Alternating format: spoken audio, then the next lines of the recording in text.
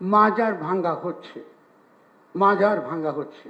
যারা মাজার ভাঙতে, আমি গত কদিন আগে মাজার ভাঙ্গা হয়েছে, একটা পর একটা মাজার ভাঙ্গা হয়েছে, যেটা একদম ইসরায়েলি নীতিতে। ইসরায়েলও কিন্তু যেটা করে দক্ষিণ আপনার ওয়েস্ট ব্যাংকে, যে এখানকে ইসলামের যে ইতিহাস, চারদিক ইতিহাসে পীর মুর্শেদ অলি আউলিয়ারা তারা যে ভূমিকা রেখেছেন, সে ঐতিহ্যকে মুছে ফেলা, ইতিহাসকে মুছে ফেলা, স্মৃতিকে মুছে ফেলা।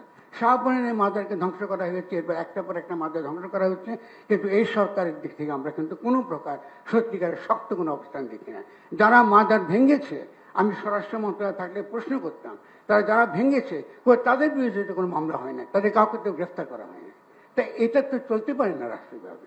তারা আজকে আমরা যে জায়গায় এসেছি, আমি এখানে যারা হাজির হয়েছেন, মূলত যারা স্টেক হোল্ডার, যারা মূলত দাবি তুলছেন যে তাদের যে সকল অধিকার রয়েছে, তারা নাগরিক অধিকার আছে, মানবিক অধিকার আছে, সমাবেশ করার অধিকার আছে, অনেক ক্ষেত্রে আমাদের সঙ্গে তাদের একমত নাও। ধন্যবাদ। কিন্তু আলোচনা করবার একটা পরিবেশটা তৈরি করার জন্য আমি শুধুমাত্র বিনীত অনুরোধ জানাবো